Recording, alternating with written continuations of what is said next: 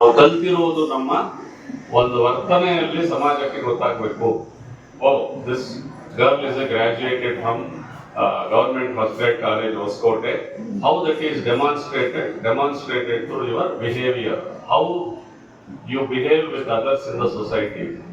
Courtesy keeps everyone happy ಅಂತ, ಸೌಜನ್ಯದಿಂದ ವರ್ತಿಸುವುದರಿಂದ ಸಮಾಜದಲ್ಲಿ ಎಲ್ಲರೂ ಕೂಡ ಚೆನ್ನಾಗಿರ್ಬೋದು ಅಂತ. ಸೌಜನ್ಯತೆ ನಿಮ್ಮ ವರ್ತನೆಯಲ್ಲಿ ಕಾಣಬೇಕು. ಗ್ರಾಜುಯೇಟ್ ಅಂದ ತಕ್ಷಣ you have to carry some graduate attributes. Whatever course you pursue, that depends on your passion, your curiosity, your interest. Sometime your counseling by the parents, by your teachers, or some motivation from your teachers, perhaps you have chosen a particular course. ನೀವು BSc physics ಅಥವಾ ಕೆಮಿಸ್ಟ್ರಿನೋ ಮ್ಯಾಥಮೆಟಿಕ್ಸೋ biology ಯಾವುದೋ ಒಂದು ಅಂಶ ನಿಮ್ಮ ಮೇಲೆ ಪ್ರಭಾವ ಬೀರುತ್ತೆ. ನಾನು ಒಬ್ಬ APJ ಅಬ್ದುಲ್ ಕಲಾಂ ಆಗಬೇಕು ಅಂತ ಫಿಸಿಕ್ಸ್ ಸೇರಿರ್ತೀರ, ಅಥವಾ ನಾನು ಒಬ್ಬ ದೊಡ್ಡ ಚಾರ್ಟೆಡ್ ಅಕೌಂಟೆಂಟ್ ಆಗಬೇಕು, ನಮ್ಮ ಸೋದರ ಮಾವ ಚಾರ್ಟೆಡ್ ಅಕೌಂಟೆಂಟು, ನಮ್ಮ ಮಾವ ಯಾವಾಗಲೂ ಹೇಳ್ತಾ ಇರ್ತಾರೆ, ನಮ್ಮ ಅಮ್ಮ ನೋಡೋದು ಈ ಮಾವ ನೋಡು ಕಷ್ಟಪಟ್ಟು ಓದಿದ್ದಾನೆ ಅಂತ, ನಾನು ಚಾರ್ಟೆಡ್ ಅಕೌಂಟೆಂಟ್ ಆಗಿ ಆಗಬೇಕು ಅಂತ ಕಾಮರ್ಸ್ ಸೇರಿದ್ದೀನಿ. ಅಥವಾ ನಾನು ನಮ್ಮ ಪ್ರಿನ್ಸಿಪಾಲ್ ರಾಮಲಿಂಗಪ್ಪ ಬೇಗೂರು ಭಾಳ ಚೆನ್ನಾಗಿ ಬರೀತಾರೆ, ಒಳ್ಳೆ ಅವರು ಕವಿಗಳು ಮತ್ತು ಲೇಖಕರು, ಅವ್ರ ಥರ ಆಗಬೇಕು ಅಂತ ಕನ್ನಡ ಓದ್ತಾ ಇರ್ತೀನಿ. ಅಥವಾ ನಮ್ಮ ಮೇಡಮ್ ಒಬ್ರು ಭಾಳ ಚೆನ್ನಾಗಿ ಪಾಠ ಮಾಡ್ತಾರೆ, ಸವಿತಾ ಮೇಡಮ್, ಅವ್ರ ಥರ ನಾನು ನಿಲುವು ಸ್ಟೈಲು ಅದನ್ನು ಮಾಡಬೇಕು ಅಂತ ಒಬ್ರು ಯಾರಾದರೂ ಕಾಮರ್ಸ್ಗೆ ಸೇರ್ಕೊಂಡ್ಬಿಟ್ಟಿರ್ತೀರ. ಈ ಥರ ಸಮ್ ಇನ್ಫ್ಲೂಯೆನ್ಸಿಂಗ್ ಫ್ಯಾಕ್ಟರ್ ದೊಡ್ಡ ಸಮಸ್ಯೆ ಆಗೋಗಿದೆ. ನಾವೇ ಸಮಸ್ಯೆ ಆಗ್ಬಿಡೋದಲ್ಲ ಸಮಾಜಕ್ಕೆ, ಕುಟುಂಬಕ್ಕೆ ಎಲ್ಲ. ಪೇರೆಂಟ್ಸ್ ಎಷ್ಟು ಕಷ್ಟಪಟ್ಟು ಇವತ್ತೆಲ್ಲ ಪೇರೆಂಟ್ಸು ಬಂದಿದ್ದಾರೆ ಅನೇಕರು, ನಾನು ನೋಡಿದೆ, ಗಮನಿಸಿದೆ. ನನ್ನ ಮಗಳು ಅಥವಾ ನನ್ನ ಮಗ ಇವತ್ತು ಅವನು ಗ್ರಾಜುಯೇಟ್ ಆಗ್ತಾ ಇದ್ದಾನೆ, ಅದನ್ನು ಆ ಒಂದು ಸಂತಸದ ಕ್ಷಣಗಳನ್ನು ಕಣ್ತುಂಬಿಸ್ಕೊಳ್ಳೋಣ ಅಂತ ಇಲ್ಲಿ ಬಂದು ಕೂತಿರ್ತಾರೆ. ಅಥವಾ ಈ ಫೋಟೋಗಳೆಲ್ಲ ನೀವು ನಿಮ್ಮ ಫ್ಯಾಮಿಲಿ ಗ್ರೂಪ್ನಲ್ಲೆಲ್ಲ ಶೇರ್ ಮಾಡಿರ್ತೀರ.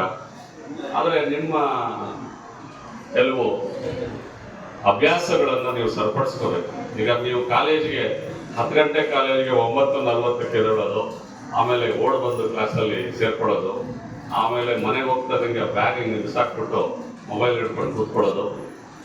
ಇದರಿಂದ ಏನಾಗುತ್ತೆ ಅಂದರೆ ನಾಳೆ ನಿಮ್ಗೆ ಏನಾದರೂ ಒಂದು ಜವಾಬ್ದಾರಿಯುತವಾದಂಥ ಕೆಲಸ ಕೊಟ್ಟಾಗ ನೀವು ಅದನ್ನು ನಿರ್ವಹಿಸೋಕ್ಕೆ ಕಷ್ಟ ಆಗ್ಬಿಡ್ತೀವಿ. ಯಾಕೆಂದರೆ ಒಳ್ಳೆಯ ಅಭ್ಯಾಸ ಆಗಲಿ ಕೆಟ್ಟ ಅಭ್ಯಾಸ ಆಗಲಿ ಅದು ಓವರ್ನೈಟ್ ಆಗಲ್ಲ. ಅದು ವರ್ಷಗಳ ನಿಮ್ಮ ಒಂದು ನೆಗ್ಲೆಕ್ಟ್ ಮಾಡಿರ್ತೀರ ಒಂದು ಆಸ್ಪೆಕ್ಟ್ನ, ಹೆಲ್ತ್ ಇರ್ಬೋದು ಅಥವಾ ಟೈಮ್ ಮ್ಯಾನೇಜ್ಮೆಂಟ್ ಇರ್ಬೋದು, ನೆಗ್ಲೆಕ್ಟ್ ಮಾಡಿರ್ತೀರ, ಅದು ಸಮಸ್ಯೆ ಆಗುತ್ತೆ.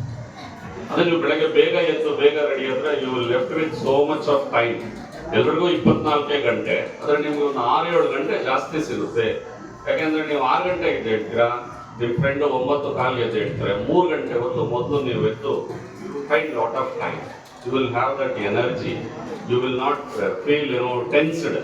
ಸ್ಟ್ರೆಸ್ ಅನ್ನೋ ಪದ ಜಾಸ್ತಿ ಹೊತ್ತು ಬಳಸ್ತಾ ಇದ್ದೀವಿ. Why stress? I don't understand, because I never come across stress in my life.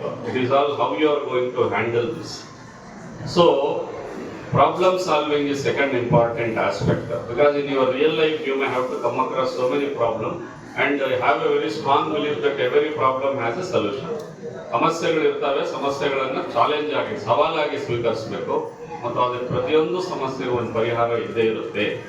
ಪ್ರತಿಯೊಂದು ಸಮಸ್ಯೆಗೂ, ಉದಾಹರಣೆಗೆ ಮಾರ್ಕ್ಸ್ ಬರ್ತಾ ಇಲ್ಲ, ಇನ್ನು ಸ್ವಲ್ಪ ಕಷ್ಟಪಟ್ಟು ಓದಬೇಕು, ಓದುವ ವಿಧಾನ ಸ್ವಲ್ಪ ಬದಲಾಯಿಸ್ಕೊಳ್ಬೇಕು, ಮತ್ತು ನಿಮ್ಮ ಅಪ್ರೋಚ್ ಸ್ವಲ್ಪ ಬದಲಾಯಿಸ್ಕೋಬೇಕು, ಬರೆಯೋದನ್ನು ಸ್ವಲ್ಪ ಬದಲಾಯಿಸ್ಕೋಬೇಕು. ಇವತ್ತು ನೀವು ಎಲ್ಲ ಫೈನಲ್ ಇಯರ್ ಎಕ್ಸಾಮ್ಸ್ ಬರೀತಾರೆ, ಇನ್ನೊಂದು 10-15 ದಿನದೊಳಗಾಗಿ ಡಿಗ್ರಿ ಮುಗಿದೋಗುತ್ತೆ. ಆಮೇಲೆ ನೀವೇನಾದ್ರೂ ಕಾಂಪಿಟೇಟಿವ್ ಎಕ್ಸಾಮ್ಸ್ಗೋ ಹೈಯರ್ ಸ್ಟಡೀಸ್ಗೋ ಸ್ಟೂಡೆಂಟ್ಸ್ ಪ್ರೋಗ್ರೆಷನ್ ಆಗುತ್ತೆ. ಅವಾಗ ನೀವು ಪ್ರಿಪರೇಷನ್ನು ಒಂದು ವಿಷಯ ತಗೊಂಡ್ರೆ ಅದನ್ನು ಪದೇ ಪದೇ ಓದಬೇಕು, ಬರೀಬೇಕು, ಮನನ ಮಾಡ್ಕೊಳ್ಬೇಕು. ಎಲ್ಲಿವರೆಗೂ ಅಂದರೆ ಪೂರ್ತಿ ಬರೋವರೆಗೂ. ಯಾಕಂದರೆ ಕಲಿಯೋದೇ there is no short cut.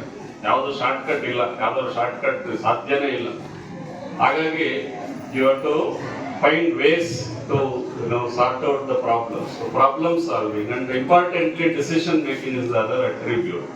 Critical thinking, problem solving, decision making. ಒಂದು ನಿರ್ಧಾರ ಸಾಕು, ಯಾವುದೋ ಒಂದು ಇಂಪಾರ್ಟೆಂಟ್ ನಿರ್ಧಾರ.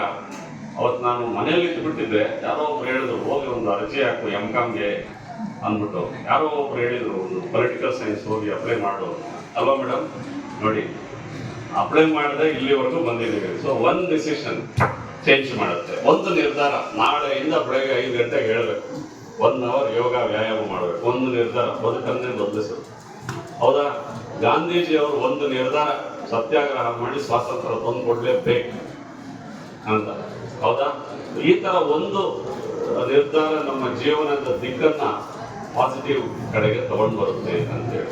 ಹಾಗಾಗಿ ಈ problem solving, critical thinking and decision making, these are the 3 important attributes which is expected from every graduate. This is for the employers are looking in the graduates. ಈ ಬಹಳ ಸರ್ತಿ ನಾವು ಓದಿರ್ತೀವಿ, ಏನು BCom ಓದಿರ್ತೀವಿ, ರಿಸೆಪ್ಷನಿಸ್ಟ್ ಕೆಲಸ ಮಾಡ್ತಾ ಇರ್ತೀವಿ, BSc ಫಿಸಿಕ್ಸ್ ಓದಿರ್ತೀವಿ, ಅಂದ್ರೆ ಇನ್ನೇನೋ ಬ್ಯಾಂಕಲ್ಲಿ ಕೆಲಸ ಮಾಡ್ತಾ ಇರ್ತೀವಿ. ಯಾಕೆ ಹಿಂಗಾಗುತ್ತೆ? There is a mismatch. ಯಾಕೆ ಮಿಸ್ ಮ್ಯಾಚ್ ಆಗುತ್ತೆ ಅಂದ್ರೆ we fail to figure out where exactly we have to focus. ಅದನ್ನ ಲೇಸರ್ ಫೋಕಸ್ ಅಂತ ಕರೀತೀವಿ. ಯಾವುದ್ರ ಕಡೆ ನಾನು ಗಮನ ಕೊಡಬೇಕು, ನಾನು ಏನು ಆಗಬೇಕು ಅನ್ನುವಂಥದ್ದನ್ನ ನಮಗೊಂದು ಬಹಳ ಸ್ಪಷ್ಟವಾದಂತಹ ಪರಿಕಲ್ಪನೆ ಇರಬೇಕು. We should have a very clear idea about what we would like to be down the line, maybe next 10 years, 20 years, 30 years. So ನಿಮ್ಮೊಂದು ದೃಢವಾದಂಥ ಸಂಕಲ್ಪ ಮತ್ತು ದೃಢವಾದಂಥ ಒಂದು ನಿಶ್ಚಯ ಮಾಡಬೇಕು, ಸ್ಟ್ರಾಂಗ್ ಡಿಟರ್ಮಿನೇಷನ್ ಮಾಡಬೇಕು ಮತ್ತು ಆ ಕಡೆಗೆ ನೀವು ಪ್ರಯತ್ನವನ್ನು ಮಾಡಬೇಕು. ಒಂದು ಸಣ್ಣ ಸಣ್ಣ ಹೆಜ್ಜೆ ಇರ್ತಾ ಹೋದ್ರೆ you will have a very life is not a 100 meters running. It is not 100 meters, it is a marathon. ಒಂದು ದೊಡ್ಡ ಮ್ಯಾರಥಾನ್ ಹೋಗ್ತಾರಲ್ಲ, 10 ಕಿಲೋಮೀಟರ್ 20 ಕಿಲೋಮೀಟರ್, ಆ ಥರ ಜೀವನ ಅನ್ನೋದು. ಬಟ್ ಪ್ರಯತ್ನ ಅನ್ನೋದು ಶಾರ್ಟ್ ಸ್ಮಾಲ್ ಕೆಲಸ ಮಾಡ್ತಾ ಹೋಗ್ಬೇಕು. ಉದಾಹರಣೆಗೆ ಯಾವುದೋ ಒಂದು ಲೆಕ್ಕ ಅರ್ಥ ಆಗ್ಲಿಲ್ವಾ, ಅದನ್ನು ಕಲ್ತ್ಕೋಬೇಕು, ಒಂದು ಸ್ಟೆಪ್ ಆಗಲಿ. ಇನ್ನೊಂದು ಯಾವುದೋ ಥಿಯರಿ ಬರಲಿಲ್ವಾ, ಇನ್ನೊಂದು. ಈ ಥರ ನಾವು ಒಂದೊಂದು ತಿಳ್ಕೊಳ್ತಾ ಹೋಗ್ಬೇಕು. ಮತ್ತೆ learning is A journey but not A destination ಅಂತ. ಮುಗಿದೋಯ್ತಪ್ಪ, ಡಿಗ್ರಿ ಆಗೋಯ್ತು, ಇವತ್ತು ಗ್ರಾಜ್ಯುಯೇಷನ್ ಆದ್ಮೇಲೆ ಕ್ಯಾಪ್ ತೀರದಲ್ಲಿ ಕೊಟ್ಬಿಟ್ಟು ಧನ್ಯವಾದಗಳು ಅಂತ ಮನೆಗೆ ಹೋಗೋದಲ್ಲ. ಇವತ್ತಿಂದ ಸ್ಟಾರ್ಟ್ ಆಗುತ್ತೆ ನಮ್ದು journey. From now it starts. ಹೌದಾ? ಯಾರು ಅತಿ ಹೆಚ್ಚು ಓದಿರ್ತಾರೋ ಮತ್ತು ಆ ಓದಿಗೆ ಕ್ವಾಲಿಫಿಕೇಶನ್ ಜೊತೆಗೆ ಅಷ್ಟು ವ್ಯಕ್ತಿಯಲ್ಲಿ ಕಾಣ್ಬೇಕು. ಈಗ ಬಹಳ ಜನ ನಾವು ನೋಡ್ತೀವಿ, ಇಷ್ಟೊಂದ ಕ್ವಾಲಿಫಿಕೇಶನ್ ಇರುತ್ತೆ, ಆದರೆ ಆ ಮನುಷ್ಯನ ಜೊತೆ ಮಾತಾಡಿದಾಗಲಿ ಅಥವಾ ಅವರ ಜೊತೆ ಇಂಟ್ರಾಕ್ಟ್ ಮಾಡಿದಾಗಲಿ ಅಷ್ಟೊಂದು ಕಾಣೋದಿಲ್ಲ, ಮಿಸ್ ಮ್ಯಾಚ್ ಕಾಣಿಸ್ತದೆ. ಸೊ ನಿಮ್ಮ ನೆಕ್ಸ್ಟ್ ಗುರಿ ಏನಿರ್ಬೇಕಂದ್ರೆ ನೀವು ಏನೆಲ್ಲ ಓದಿ ನಿಮ್ಮ ಅರ್ಹತೆ ಅಂತ ಪಡ್ಕೊಳ್ತೀರೋ ಅದು ನಿಮ್ಮನ್ನು ಕಾಣಬೇಕು, ಅದು ಡೆಮಾನ್ಸ್ಟ್ರೇಟ್ ಆಗಬೇಕು. ಹಾಗಾಗಿ ಲೈಫ್ ಲಾಂಗ್ ಲರ್ನಿಂಗು ಮುನ್ನಡೆಸಬೇಕು. ಈಗ ನೀವು BSc ಮಾಡ್ತೀರಾ, MSc ಮಾಡಿ, ಆಮೇಲೆ PhD ಮಾಡಿ, ಆಮೇಲೆ ಅವಕಾಶ ಸಿಕ್ಕರೆ ದೊಡ್ಡ ರಿಸರ್ಚ್ ಇನ್ಸ್ಟಿಟ್ಯೂಟ್ ನಲ್ಲಿ ಕೆಲಸ ಮಾಡಿ, ಗಂಡು ಮಕ್ಕಳಾಗ್ಲಿ ಹೆಣ್ಮಕ್ಳಾಗ್ಲಿ ಇವತ್ತು ಅತಿ ಹೆಚ್ಚಿನ ಒಂದು ವಿದ್ಯಾಭ್ಯಾಸವನ್ನು ನೀವು ಮಾಡಬೇಕಾಗುತ್ತೆ ಅಂತ. ಅದರಲ್ಲೂ ವಿಶೇಷವಾಗಿ ಈ ಒಂದು ಏಜ್ ಇದೆಯಲ್ಲ ನಿಮಗೆ, 18 to 40 years ಆಫ್ ಏಜ್ ಇದೆಯಲ್ಲ, so 22 years, this is very very crucial. ಇದು ನೀವು ಕೃಷಿ ಮಾಡುವ ಸಮಯ, ಇದು ಹೆಚ್ಚು ಕಷ್ಟಪಟ್ಟು ಕೆಲಸ ಮಾಡುವ ಸಮಯ.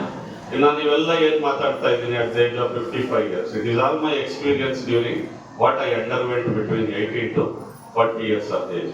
ನೀವು ಯಾರೇ ಒಬ್ಬರನ್ನ ತಗೊಳ್ಳಿ, ಬಹಳ ಯಶಸ್ವಿ ವ್ಯಕ್ತಿಗಳನ್ನ ತಗೊಳ್ಳಿ. ಉದಾಹರಣೆಗೆ APJ ಅಬ್ದುಲ್ ಕಲಾಂ ಅವರನ್ನು ತಗೊಂಡ್ರೆ, ಈ 18ರಿಂದ 40 ವಯಸ್ಸಿನಲ್ಲಿ ಅತಿ ಹೆಚ್ಚು ಲ್ಯಾಬ್ನಲ್ಲೇ ಅವರು ಜೀವನ ಪೂರ್ತಿ ಹೌದು. ಆಮೇಲೆ ಅವ್ರಿಗೇನಾದ್ರೂ ರಿಲ್ಯಾಕ್ಸ್ ಮಾಡಬೇಕು ಅನಿಸಿದಾಗ ರಾಮೇಶ್ವರದ ರಾಮಲಿಂಗೇಶ್ವರನ ದೇವಾಲಯದಲ್ಲಿ ಕುತ್ಕೊಂಡು ವೀಣೆ ನುಡಿಸಿ. ನಾನು ಇವಾಗ ವಿಸಿಟೆಡ್ CNR ರಾವ್, ಬಹಳ ಜನಕ್ಕೆ ಗೊತ್ತಿದೆ ಅಂದ್ಕೊಳ್ತೀನಿ. CNR ರಾವ್ ಅವರು ಭಾರತ ರತ್ನ, ಅವರ ಒಂದು ಲ್ಯಾಬ್ಗೆ ಆಫೀಸ್ಗೆ ಹೋಗಿದ್ದೆ. He use to spend 24 hours in his lab. ಕೇಳಿದೆ ನಾನು, ಏನ್ ಸರ್ ಹಿಂಗಾಗಿದೆಯಲ್ಲ ನಿಮ್ಗೆ, ಇವಾಗ 70+ ಲ್ಯಾಬು ಅದೇ ಮನೆ ಥರನೇ ಇದೆ, ಅಲ್ಲೇ ಮಲ್ಕೊಳ್ತಾರೆ, ಅಲ್ಲೇ ಮತ್ತೆ ವರ್ಕ್ ಮಾಡ್ತಾ ಇರ್ತಾರೆ, ಅಲ್ಲೇ ಇಂಟ್ರಾಕ್ಷನ್ ಮಾಡ್ತಾ ಇರ್ತಾರೆ, ಅಲ್ಲೇ ಪ್ರಧಾನಿಗಳ ಜೊತೆ ವಿಡಿಯೋ ಕಾನ್ಫರೆನ್ಸಿಂಗ್ ಮಾಡ್ತಾರೆ. ಇದೆಲ್ಲ ಹೆಂಗ್ ಸಾಧ್ಯ 70 ವಯಸ್ಸಿದ್ರೆ? ಇವಾಗ ಸ್ಟಾರ್ಟ್ ಮಾಡಿದ್ದೆಲ್ಲ ನೋಡಿದ್ದೆ. ಅದು when I was a small boy, ನಾನು ಸ್ಟಾರ್ಟ್ ಮಾಡಿದ್ದು 16, 17, 18ನೇ ವಯಸ್ಸಿಗೆ. ಸೊ ಅದು ಅಭ್ಯಾಸ ಆಗಿ ಹಂಗಾಗೋಗಿದೆ. ಇವಾಗ ವಿಜ್ಞಾನ ನನ್ನ ಉಸಿರಾಟ ಆಗೋಗಿದೆ, ಅದೇ ನನ್ನ ಜೀವನ ಎಲ್ಲ ಆಗಿದೆ. ಸೊ ಹಾಗಾಗಿ ಅಂಬೇಡ್ಕರ್ ಅವರು ನಮ್ಮ ಸಂವಿಧಾನದ ಶಿಲ್ಪಿ, ಬಹಳ ದೊಡ್ಡ ಕೊಡುಗೆ ಕೊಟ್ಟಿದ್ದಾರೆ. RBI ಪ್ರಾರಂಭ ಮಾಡಿದ್ದು ಅಂಬೇಡ್ಕರ್ ಅವರೇ. ಮತ್ತು ಅವರು is PhD in political science, PhD in law and PhD in economics. ಅವರು ಕೊಲಂಬಿಯಾದಲ್ಲಿ ಓದ್ತಾ ಇರುವಾಗ ಲೈಬ್ರರಿ ಓಪನ್ ಮಾಡೋಕ್ಕೂ ಮೊದಲೇ ಹೋಗಿ ಅಲ್ಲಿರೋರು. ಮೊದಲೇ ಬೆಳಗ್ಗೆ 8 ಗಂಟೆಗೆ ಲೈಬ್ರರಿ ಓಪನ್ ಅಂದ್ರೆ 7:15 ಹಾಜರಿಲ್ಲ. ಆಮೇಲೆ ಲೈಬ್ರರಿ ಬಂದು ಲೈಬ್ರರಿ ಓಪನ್ ಮಾಡಿದ್ರೆ ಹೋಗಿ ಒಂದು ಮೂಲೆಯಲ್ಲಿ ಪುಸ್ತಕಗಳ ರಾಶಿ ಹಾಕೊಂಡು ಓದ್ತಾನೆ ಇರೋರು, ಅಲ್ಲೇ ಇದ್ದವರು. ಕೊನೆಗೆ ರಾತ್ರಿ 9 ಗಂಟೆಗೆ ಒಂದ್ಸರ್ತಿ ಬಿಗ ಹಾಕೊಂಡು ಹೋಗ್ಬಿಟ್ಟಿದ್ದಾರೆ, ಯಾರು ಇಲ್ಲ ಅನ್ಕೊಂಡ ಲೈಬ್ರರಿ. ಅಂತ ಮಹಾನ್ ಮೇಧಾವಿ. ಆಮೇಲೆ ಅವರು ಇದ್ರು ಅಂತ ಗುರುತಿಸಿದ್ರು. ಅದಾದ ನಂತರ ಕೊನೆಯದಾಗಿ ಲೈಬ್ರರಿಯಿಂದ ಇವ್ರನ್ನ ಬಲವಂತವಾಗಿ ನಾಳೆ ಬೆಳಗ್ಗೆ ಬನ್ನಿ ಅಂತೇಳಿ ಕಳಿಸ್ಕೊಡ್ತಿದ್ರು ಅಂತ. So he use to spend at least 16 hours 18 hours a day in reading books. ಅವ್ರ ಮನೆ ಒಂದು ಕಡೆಯಿಂದ ಇನ್ನೊಂದು ಕಡೆ ಶಿಫ್ಟ್ ಮಾಡುವಾಗ 3-4 ದೊಡ್ಡ ದೊಡ್ಡ ಟ್ರಕ್ಗಳಲ್ಲಿ ಪುಸ್ತಕಗಳನ್ನು ತುಂಬಿಸ್ಕೊಂಡು ಹೋಗ್ತಿದ್ರು. ಅಂದ್ರೆ ಆ ತರದ ಹಸಿವು ನಮ್ಗೆಲ್ರಿಗೂ ಇರಬೇಕು, ಜ್ಞಾನದ ಹಸಿವು ನಮ್ಗೆಲ್ರಿಗೂ ಇರಬೇಕು. ಅದೊಂದೇ ನಮಗೆ ಇರ್ತಕ್ಕಂಥ ಒಂದು ಪರಿಹಾರ. ಮತ್ತು ನೀವು ಈ ಯಂಗ್ ಏಜ್ ನಲ್ಲಿ you have to spend more time. Unfortunate that the mobile gadget has been used for other purposes than for learning. ನಾವೆಲ್ಲ ಇಲ್ಲೇನು ಟೀಚರ್ಸ್ ಕೂತಿದ್ದೀವಿ, ನಮಗೆ ಈ ಟೆಕ್ನಾಲಜಿ ಇರಲಿಲ್ಲ. ನಾವು ಯಾವುದಾದ್ರೂ ಒಂದು ವಿಷಯ ಗೊತ್ತಿರಬೇಕು ಅಂದ್ರೆ, ತಿಳ್ಕೋಬೇಕು ಅಂದ್ರೆ ಎರಡೇ ನಮಗೆ ಸಂಪನ್ಮೂಲ. ಒಂದು ನಮ್ಮ teacher, they used to teach in the class, ಅದನ್ನ ನಾವು ಗಂಭೀರವಾಗಿ ಗುರುತಾಕೊಳ್ತಾ ಇದ್ವಿ. ಇನ್ನೊಂದು ಅದನ್ನ ಹೋಗಿ ಲೈಬ್ರರಿನಲ್ಲಿ ಪುಸ್ತಕ ಹುಡುಕಿ ಓದ್ತಾ ಇದ್ವಿ. ನಿಮಗೆ ಇವಾಗ ಒಂದೇ ಸೆಕೆಂಡ್ ನಾನು ಏನ್ ಹೇಳಿದ್ನೋ ಅದನ್ನ ನೀವು ಚೆಕ್ ಮಾಡಿದ್ರೆ ಮೊಬೈಲ್ ಸಿಕ್ಬಿಡ್ತಾ ಇದೆ. ಬಟ್ ಏನಪ್ಪಾ ಅಂದ್ರೆ ನಮ್ಮ ವಿದ್ಯಾರ್ಥಿಗಳು ಅದನ್ನ ಹೆಚ್ಚು ಜ್ಞಾನಾರ್ಜನೆಗೆ ಬಳಸ್ಕೊಳ್ತಾ ಇಲ್ಲ ಅನ್ನೋದು ದೊಡ್ಡ ವಿಪರ್ಯಾಸ. ಈಗ ನೀವು ಸ್ಕ್ರೀನ್ ಟೈಮ್ 6 hours ಇರುತ್ತೆ ಆವರೇಜ್ ನೋಡಿದ್ರೆ, ನಿಮ್ದು ಸ್ಕ್ರೀನ್ ಟೈಮ್ 6 hours 8 hours. ಈಗ ನೀವು ಅದನ್ನ ಓದಕ್ ಬಳಸಿದ್ರೆ, ನೀವು 6 hours ನಲ್ಲಿ ಒಂದು 4 hours ನೀವು ಅದನ್ನ ಓದಕ್ ಬಳಸಿದ್ರೆ, you will become highly enriched, highly knowledgeable person. ಯಾವುದೇ ಕಾಂಪಿಟೇಟಿವ್ ಎಕ್ಸಾಮ್ಗೆ, ಯಾವುದೇ ಸೆಮಿನಾರ್ಗೆ ಅಥವಾ ಯಾವುದೇ ಪರೀಕ್ಷೆಗೆ ನಿಮಗೆ ಸಿದ್ಧತೆ ಆಗ್ಲಿಕ್ಕೆ ಅದು ಬಹಳ ಉಪಯುಕ್ತ ಆಗುತ್ತೆ. But unfortunately we are on the other side. ಎದುರಿಗೆ ಎಷ್ಟೋ ಜನ ವಿದ್ಯಾರ್ಥಿಗಳು ನಮಗೆ ಡಿಕ್ಕಿ ಹೊಡೆದು ಬಿಡ್ತಾರೆ ಕಾಲೇಜಿನಲ್ಲಿ, ಯಾಕಂದ್ರೆ ಅವರು ಮೊಬೈಲ್ ನೋಡ್ಕೊಂಡ್ ಬಂದು ಡಿಕ್ಕಿ ಹೊಡೆದು ಬಿಡ್ತಾರೆ. ಅಷ್ಟೊಂದು ಅದ್ರ ಜೊತೆಗೆ ಅವಿನಾಭಾವ ಸಂಬಂಧ ಹೊಂದಿದ್ದೀವಿ. ಅದನ್ನ ಪಾಸಿಟಿವ್ ಆಗಿ ನಾವು ಬಳಸ್ಕೊಳ್ಳಂಗಾಗಬೇಕು ಅನ್ನುವಂಥದ್ದು. ಮತ್ತು ಮುಖ್ಯವಾಗಿ 3 ವಿಷಯ ಹೇಳಿದೆ ನಿಮ್ಗೆ, ಅಟ್ರಿಬ್ಯೂಟ್ಸ್ ಹೇಳಿದೆ. ಒಂದು problem solving, critical thinking, decision making ಅಂತ. ಹಂಗೆ ಇನ್ನು 3 ಪ್ರಮುಖವಾದಂತ ಇಂಗ್ರೀಡಿಯೆಂಟ್ಸ್ ಏನಂದ್ರೆ ಆಟಿಟ್ಯೂಡು, ಸ್ಕಿಲ್ಲು, ನಾಲೆಡ್ಜು ಅಂತ. ಇದನ್ನ ಆಸ್ಕ್ ಅಂತ ಕರಿತೀವಿ, ಒಂದು ಟ್ರಯಾಂಗಲ್ ತರ.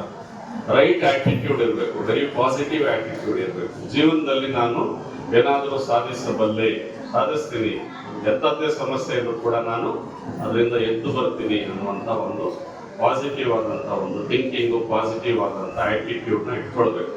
ಅವಾಗ ನಮ್ಮ ಜೀವನ ಕೂಡ ಬಹಳ ಪಾಸಿಟಿವ್ ಆಗಿರುತ್ತೆ. ಮತ್ತು ನಾವು ಬೇರೆಯವ್ರಿಗೂ ಕೂಡ ಆ ಪಾಸಿಟಿವ್ ವೈಬ್ರೇಷನ್ಸ್ನ ನಮ್ಮ ಹತ್ರಕ್ಕೆ ಬಂದವರಿಗೆಲ್ಲ ನಾವು ಅವ್ರ ಮೇಲೆ ಪ್ರಭಾವ ಬೀರುತ್ತೆ.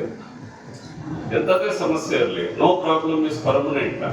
ಅದು you have to keep in mind. You may have some small financial problem, health problem, traveling from your home to college, lot of small issues you may have, but no problem is permanent in life. Every problem is subject to some timeline. 3 ತಿಂಗಳು 6 ತಿಂಗಳು ಅಷ್ಟೇ ಮುಗಿದೋಗುತ್ತೆ. ಕೆಲವು problem ಸುಮ್ಮನೆ ಇದ್ರೆ ಅದಷ್ಟೇ ಹೋಗ್ಬಿಡುತ್ತೆ. If you don't address, if you keep quiet, no, certain problems will disappear on its own. So this is the principle of life. And you focus on the positive side. ಸಮಸ್ಯೆ ಬಂದಾಗ, ಉದಾಹರಣೆಗೆ ಏನೋ problem ಅಂತಂದಾಗ ನೀವು positive side ಹೆಚ್ಚು ಓದೋದು, ಹೆಚ್ಚು ಏನಾದರೂ ಒಂದು ಕೆಲಸ ಮಾಡೋದು ತೊಡ್ಕೊಂಡ್ಬಿಡಿ, ಆಟೋಮೆಟಿಕ್ ಆಗಿ ಆ ಪ್ರಾಬ್ಲಮ್ ಅದಷ್ಟಕ್ಕೆ ಅದೇ ಸಾಲ್ವ್ ಆಗ್ತದೆ. ಇದು ನಮ್ದು ರೈಟ್ ಆಟಿಟ್ಯೂಡು, ಪಾಸಿಟಿವ್ ಆಟಿಟ್ಯೂಡು. ಇನ್ನು skilling, that is very very important. ಕೌಶಲ್ಯ ಅನ್ನೋದು ತುಂಬಾ ಇಂಪಾರ್ಟೆಂಟ್. ಅದಕ್ಕೆ ಈಗ ಸರ್ಕಾರ ನಿಮ್ಗೆಲ್ಲ 6ನೇ ಸೆಮಿಸ್ಟರ್ ಕಲಿಕೆ ಜೊತೆಗೆ ಕೌಶಲ್ಯ ಅಂತ ಹೇಳಿದೆ. ಕ್ಲಾಸ್ ನಡೀತಾ ಇಲ್ಲ ಅಂತ ಹೇಳ್ಬೇಡಿ, ಅದು ಎಲ್ಲ ಕಡೆ ಸಮಸ್ಯೆ. ಆಮೇಲೆ ಉದ್ಯೋಗಕ್ಕೆ ಹೋಗ್ತೀರಾ, ಉದ್ಯೋಗಕ್ಕೆ ಹೋದಾಗ ಇವಾಗ ನಂದೇ ವಿದ್ಯಾರ್ಥಿನ ಒಂದು ಕೇಳ್ತಾನೆ, come on tell me, this is my organisation, what are the key factors, what are the key factors are how to cut down the wastage, how to improve the productivity, how to cut the cost. ಇದನ್ನು ಕೇಳ್ತಾನೆ. Sir ಉತ್ತರ ಬರೀತೀನಿ sir, ಯಾಕಂದ್ರೆ ಇಷ್ಟು ವರ್ಷ ಅದೇ ಮಾಡ್ಕೊಂಡ್ ಬಂದಿದೀವಲ್ವಾ, paper pen ಕೊಟ್ರೆ ಬರೆದು ಕೊಡ್ತೀನಿ ಸರ್ ಅಂತ. ನೀವು ಬರೆದು ಕೊಡಕ್ಕೆ ಅವ್ನು ನಿಮ್ಗೆ 50,000 ಲಕ್ಷ ಸಂಬಳ ಕೊಡಲ್ಲ. ಅವನಿಗೊಂದು ಸೀರಿಯಸ್ ಸಮಸ್ಯೆ ಇದೆ, ಆ ಸಮಸ್ಯೆಗೆ ನೀವು ಪರಿಹಾರ ಕೊಡಬೇಕು. ಆ ಪರಿಹಾರ it should be better, faster, cheaper. ಎಲ್ಲಾದ್ರೂ ಹೋಗಿ ನೀವು ಇದೇ ಸೂತ್ರ. ಹೌದಾ? ಈಗ ನಾನು ಅಲ್ಲಿ ಬಸ್ ಸ್ಟಾಪ್ ಅಲ್ಲಿ ಬರ್ತಾ ಇದ್ದೆ, ಈ ಮಗು ಒಂದು ಫ್ಯಾನ್ಸಿ ಸ್ಟೋರ್ಗೆ ಹೋಯ್ತು. ಫ್ಯಾನ್ಸಿ ಸ್ಟೋರ್ಗೆ ಹೋಗ್ಬಿಟ್ಟು ಏನೋ ಒಂದು ತಗೋಬೇಕು, ಒಂದು ಕ್ಲಿಪ್ಪೋ ಏರ್ಪಿನೋ ತಗೋಬೇಕು. ನೋಡ್ಬಿಟ್ಟು ಚೆನ್ನಾಗಿದ್ಯಾ, ಬೆಟರ್. ಆಮೇಲೆ ಟಕ್ಕಂತ ಹಾಕೋಬೇಕು, ಟಕ್ಕಂತ ತೆಗಿಬೇಕು, ಕರೆಕ್ಟ್ ಆಗಿದೆಯಾ ಫಾಸ್ಟರ್ ಎಷ್ಟು ಅಂತಾರೆ, 100 ರೂಪಾಯಿ ಬೇಡ ಅಂತ, ಚೀಪರ್ ಇರ್ಬೇಕು. ಈ ಎಲ್ಲಾದ್ರೂ ಹೋಗಿದೆ. ನಾವು ಇದನ್ನ ಮೂರೇ, ಯಾರೋ ಫೋನ್ ಮಾಡ್ತಾರೆ, ಯಾವುದೋ ಹೋಟೆಲ್ ಎನ್ಕ್ವೈರಿ ಮಾಡ್ತೀವಿ, ಎಷ್ಟು ರೂಮ್ ಎಷ್ಟು ಅಂತೀವಿ, 5,000ನ ಬೇಡ, ಬೇರೆ ನೋಡ್ತೀವಿ. AC ರೂಮು ಬೇಕು, ಕಮ್ಮಿ ಬೆಲೆಗೂ ಬೇಕು, ಬೇಗನೂ ಬುಕ್ ಆಗಬೇಕು. ಇದು ನಮ್ದು ಜೀವನನೇ ಅಷ್ಟೇ, ಬೆಟರ್, ಫಾಸ್ಟರ್, ಚೀಪರ್. ಸೊ ಹಾಗಾಗಿ you have to work on that. ನಿಮ್ಗೆ ಉದ್ಯೋಗಗಳು ಸಿಗಬೇಕು, whether it is government sector, whether it is private sector, whether it is anything. If you would like to become entrepreneur or your own, ನೀವೇ ಒಬ್ಬ ಉದ್ಯಮಿ ಆಗ್ಬೇಕು ಅಂದ್ರೆ ಇಷ್ಟೇ ಸೂತ್ರ. ನೀವು ತಯಾರಿಸುವಂತ ವಸ್ತು better than the existing one. Fast ಆಗಿ ಆಗ್ಬೇಕು, ಕ್ವಿಕ್ ಆಗಿ 2 ನಿಮಿಷದಲ್ಲಿ ಅಂದ್ರೆ 1.5 ನಿಮಿಷದಲ್ಲಿ ಆಗ್ಬೇಕು, ಚೀಪರ್ ಇರ್ಬೇಕು. ಅದಕ್ಕಿಂತ ಇದು ಕಮ್ಮಿ ಬೆಲೆಗೆ ಸಿಗ್ಬೇಕು. ಹೌದಾ? ಇವಾಗ ಅವರೇಕಾಯಿ ತಗೊಳಕ್ ಹೋಗ್ತೀವಿ, ತರಕಾರಿ ತಗೊಳಕ್ಕೆ, ಫ್ರೆಶ್ ಆಗಿರ್ಬೇಕು, ಕಮ್ಮಿ ಬೆಲೆಗೆ ಸಿಗಬೇಕು, ಬೇಗ ಕೊಡ್ಬೇಕು. ಅವನು ಸ್ವಲ್ಪ ತಿರಿ ಬತ್ತಿ ಅಂದ್ರೆ ತಾಳ್ಮೆ ಇಲ್ಲ ಯಾರಿಗೂ. ಇದೆಯಾ? ಮೆಡಿಕಲ್ ಶಾಪ್ಗೆ ಹೋಗ್ತೀವಿ, ಏನೋ ಔಷಧಿ ಕೇಳಕ್ಕೆ, ಇನ್ನು ಚೀಟಿ ಕೊಡೋಷ್ಟೊತ್ತಿಗೆ ಕೊಟ್ಬಿಡ್ಬೇಕು. ಅವ್ನು ಹುಡುಕುವಷ್ಟೊತ್ತಿಗೆ ನಮಗೆ ತಾಳ್ಮೆ ಇಲ್ಲ. ದೋಸೆ ತಿನ್ನಕ್ ಹೋಗ್ತೀವಿ, ಮುಳುಬಾಗಲ್ ದೋಸೆ ತಿನ್ನಕ್ಕೆ, ಅವ್ನು ದೋಸೆ ಬೇಗ ಅಷ್ಟೊತ್ತಿಗೆ 50 ಸರ್ತಿ ಟೈಮ್ ನೋಡಿರ್ತಾನೆ, ಈ ಕಡೆ ಆ ಕಡೆ ನೋಡ್ತಾನೆ. ಹಾಗಾಗಿ society is becoming very fast. So as graduate, the employer expectation is that you have to give, you have to deliver the better, you have to be very fast, and you have to be ready for a lower salary. ನಿಮಗೆ ತಕ್ಷಣನೇ ಹಂಗೆ ಉದ್ಯೋಗಕ್ಕೆ ಹೋಗಿದ ತಕ್ಷಣ ಹಂಗೆ ಬನ್ನಿ package 36 lakhs, ಬಂಗ್ಲೆ ಕೊಡ್ತೀನಿ, car ಕೊಡ್ತೀನಿ, ಯಾರು ಹೇಳಲ್ಲ. ಬದಲಿಗೆ ಅವನೇನ್ ನೋಡ್ತಾನೆ, ಇಂಡಸ್ಟ್ರಿಯಲ್ ರೆಡಿನೆಸ್ ಎಷ್ಟಿದೆ ನಿಮ್ಮಲ್ಲಿ ಅದನ್ನ ನೋಡ್ತಾನೆ. ಮಾರ್ಕ್ಸ್ 90% ಬಂದಿದೆ, ಬಹಳ ಸಂತೋಷ, ಕಂಗ್ರ್ಯಾಚುಲೇಷನ್ಸ್, ಒಳ್ಳೇದು. ಕೆಲಸ ಗೊತ್ತಿದ್ಯಾ, ಇಂಗ್ಲಿಷ್ ಬರುತ್ತಾ, ಕನ್ನಡ ಬರುತ್ತಾ, ಇನ್ನೊಂದು ಯಾವ್ದಾದ್ರು ಫಾರಿನ್ ಲ್ಯಾಂಗ್ವೇಜ್ ಬರುತ್ತಾ, ಕಂಪ್ಯೂಟರ್ ಬರುತ್ತಾ, ಆಮೇಲೆ ಇಟಿಕ್ವೇಟ್ ಏನಿದೆ, ನಿಮ್ಮ ಬಾಡಿ ಲ್ಯಾಂಗ್ವೇಜ್ ಹೆಂಗಿದೆ, ಬಂದವ್ರ ಹತ್ರ ಹೆಂಗ್ ಮಾತಾಡ್ತೀರಾ, ಮತ್ತು ಒಂದು ವಿಷಯ ಕೊಟ್ಟಾಗ ನೀವು ಕೇಳಿಸ್ಕೊಳ್ತೀರಾ ಅಂತ. ಇನ್ನು ನಾವು ಹೇಳೋಷ್ಟೊತ್ತಿಗೆ ಎದುರು ಹೇಳ್ತಾ ಇರ್ತಾರೆ. ಅಭ್ಯಾಸ ಆಗೋಗಿರುತ್ತೆ ಎಲ್ಲ ಕಡೆನೂ, ಎಲ್ಲ ಅಭ್ಯಾಸ ಆಗೋಗಿದೆ. ಇವಾಗ ಅನ್ಲರ್ನಿಂಗ್ ಆಗ್ಬೇಕು. ಇನ್ನು ನಾನು ಹೇಳ್ತಾ ಇರ್ತೀನಿ, ಅಷ್ಟೊತ್ತಿಗೆ ರಿವರ್ಸ್ ಅಲ್ಲಿ ಹೊಡಿತಾ ಇರ್ತಾರೆ. ಯಾಕಂದ್ರೆ ಸುತ್ತಮುತ್ತ ಬರೀ ಇರ್ತವೆ, ಇನ್ನು ರೆಡಿನೆಸ್ ಇಲ್ಲ, ಲಿಸನಿಂಗ್ ಇಲ್ಲ, ಲಿಸನ್ ಟು ಅಂಡರ್ಸ್ಟ್ಯಾಂಡ್ ಇಲ್ಲ, ಲಿಸನ್ ಟು ಆನ್ಸರ್ ಬಂದ್ಬಿಟ್ಟಿದೆ. ಇನ್ನು ಹೇಳಕ್ ಮೊದಲೇ ವಾಪಸ್ ಅದು ಹೇಳ್ತಾರೆ. So these are some of the important things. ಅದು ನಿಮ್ಗೆ ಸ್ಕಿಲ್ ಬರುತ್ತೆ. ಇನ್ನು ನಾಲೆಡ್ಜ್ ಬಂದ್ಬಿಟ್ಟು ತುಂಬಾ. ಆಮೇಲೆ ಸ್ಕಿಲ್ ಅಲ್ಲಿ ಇನ್ನೊಂದು ಇಂಪಾರ್ಟೆಂಟ್ ವಿಷಯ, yesterday's skill is no more skill today. What was skill during my college days is absolutely it is outdated. Futuristic skills ಬೇಕು. ಆರ್ಟಿಫಿಷಿಯಲ್ ಇಂಟೆಲಿಜೆನ್ಸ್ ಬಂದ್ಬಿಡ್ತಾ ಇದೆ, ಅದಕ್ಕೇನು ಗಾಬರಿ ಪಡಂಗಿಲ್ಲ. Artificial intelligence it is going to create lots and lots of jobs. ಈಗ ಮೊದಲು computerisation ಬಂದಾಗ ಬ್ಯಾಂಕ್ಗಳಲ್ಲೆಲ್ಲ ಭಯ ಪಟ್ಟಿದ್ರು. ಒಂದೊಂದು ಕಂಪ್ಯೂಟರ್ 20 ಜನನ ಕೆಲಸದಿಂದ ತೆಗೆದಾಕ್ಬಿಟ್ಬಿಡ್ತಂತೆ, ಏನ್ ಮಾಡೋದು? ಅವಾಗ 100 ಕೋಟಿ ಪಾಪ್ಯುಲೇಷನ್ ಇತ್ತು ನಮ್ಮ ದೇಶದಲ್ಲಿ. ಕಂಪ್ಯೂಟರೈಸೇಷನ್ ಆದಾಗ ನಿರುದ್ಯೋಗ ಬಂದ್ಬಿಡುತ್ತೆ. ಏನಿಲ್ಲ, ಉದ್ಯೋಗ ಸೃಷ್ಟಿ ಜಾಸ್ತಿ ಆಯ್ತು. I was talking to your principal during his college days. Students used to interact with the professors. They used to debate with professors. I don't find in the campuses our students interact with us. ಅವರು students ಬರೋದು ಏನಕ್ಕೆ ಅಂದ್ರೆ marks card ಬಂದಿಲ್ಲ, UUCMS ಅಲ್ಲಿ upgrade ಆಗಿಲ್ಲ, ಅದೇನೋ mapping ಆಗಿ ಇದು ಎತ್ಕೊಂಡು ಬರ್ತಾರೆ. ಬಿಟ್ರೆ ಸರ್ ಈ ವಿಷಯ ಅರ್ಥ ಆಗಿಲ್ಲ ನನಗೆ, ಹೇಳ್ಕೊಡಿ ಸರ್, ನೀವು ಕ್ಲಾಸ್ನಲ್ಲಿ ಹಿಂಗೆ ಹೇಳಿದ್ರಿ ಸರ್, ತಪ್ಪು ಸರ್ ಅಂತ ಹೇಳಿದವರೇ ಇಲ್ಲಪ್ಪ ಲಾಸ್ಟ್ 10 years ನಲ್ಲಿ. ಅದಕ್ಕೆ ಮೊದಲು ಬರೋರು ವಿದ್ಯಾರ್ಥಿಗಳಲ್ಲಿ ಓದುವಂತ ಅಭ್ಯಾಸ, ಅಧ್ಯಯನ ಮಾಡುವಂತ ಅಭ್ಯಾಸ ಕಡಿಮೆ ಆಗ್ತಾ ಇದೆ. ಅದನ್ನ ನಾವು ಹೆಚ್ಚೆಚ್ಚು ಮಾಡಿಕೊಳ್ಬೇಕು. ಮತ್ತು ವಿಶೇಷವಾಗಿ ಈಗ ಏನೇನು ಕೋರ್ಸ್ಗಳಿದಾವೆ ಅನ್ನೋದ್ರ ಬಗ್ಗೆ ನೀವು ಸ್ವಲ್ಪ ಗಮನ ಕೊಡಬೇಕು. ಕನಿಷ್ಠ ಒಂದು 25 ವಯಸ್ಸುವರೆಗೂ ಆದ್ರೂ ನೀವು ಓದ್ಬೇಕು. ಇವಾಗೆಲ್ಲ ನಿಮ್ಗೆ 20 ವಯಸ್ಸು, ಇನ್ನೊಂದು 5 ವರ್ಷ ಆದ್ರೂ ನೀವು ಓದ್ಬೇಕು. ಲಾ ಕೋರ್ಸ್ ಓದಿ, ಮ್ಯಾನೇಜ್ಮೆಂಟ್ ಓದಿ, ಸೈನ್ಸ್ ನಲ್ಲಿ ಬೇಕಾದಷ್ಟು ಕೋರ್ಸಸ್ ಇದೆ. ಮತ್ತು ಕನ್ವೆನ್ಷನಲ್ ಫಾರ್ಮೆಟ್ ನಲ್ಲಿ ಓದೋದ್ರ ಜೊತೆಗೆ ನಾನ್ ಕನ್ವೆನ್ಷನಲ್ ಫಾರ್ಮೆಟ್ ನಲ್ಲಿ ಓದ್ಬೋದು. ಈಗ ಮೂಕ್ಸ್ ಇದೆ, ಸ್ವಯಂ ಇದೆ, ಎಡೆಕ್ಸ್ ಇದೆ, ಆಯ್ತಾ? ನೀವು ಅದಕ್ಕೆ ರಿಜಿಸ್ಟರ್ ಮಾಡ್ಕೊಳ್ಳಿ, ಫ್ರೀ ಆಫ್ ಕಾಸ್ಟ್. ಒಂದು ಸರ್ಟಿಫಿಕೇಟ್ ಪ್ರೋಗ್ರಾಮ್ ಈಸಿಯಾಗಿ ನೀವು ಮಾಡ್ಕೋಬಹುದು.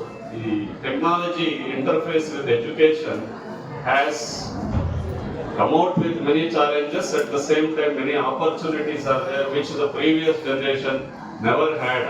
Right now you have those opportunities, you have to make use of it, and time is very very precious. You have to make use of the time. Don't waste your time on this watching reels, ಅದೇನೇನೋ ಬರುತ್ತಲ್ಲ, ಅದರಲ್ಲಿ waste time, ಅದರಿಂದ ಯಾವ ಉಪಯೋಗನೂ ಇಲ್ಲ. ಹೆಚ್ಚೆಚ್ಚು ಸಮಯವನ್ನ ಅಧ್ಯಯನದಲ್ಲಿ ನೀವು ಕಳೀರಿ. ಮತ್ತು ಈಗಾಗಲೇ ತಡ ಆಗಿದೆ, ನಿಮ್ಗಿನ್ನೂ ಸರ್ಟಿಫಿಕೇಟ್ಸ್ ಕೊಡಬೇಕಾಗಿದೆ. ಸೊ ಹಾಗಾಗಿ ಈ ಸಂದರ್ಭದಲ್ಲಿ ನಿಮ್ಮೆಲ್ಲರಿಗೂ ಒಳ್ಳೆಯದಾಗಲಿ. All the very best and I wish all of you a very grand success in your future, and I thank honorable principal and all the faculty members and the entire college for giving me this wonderful opportunity to interact some of my thoughts with you this morning.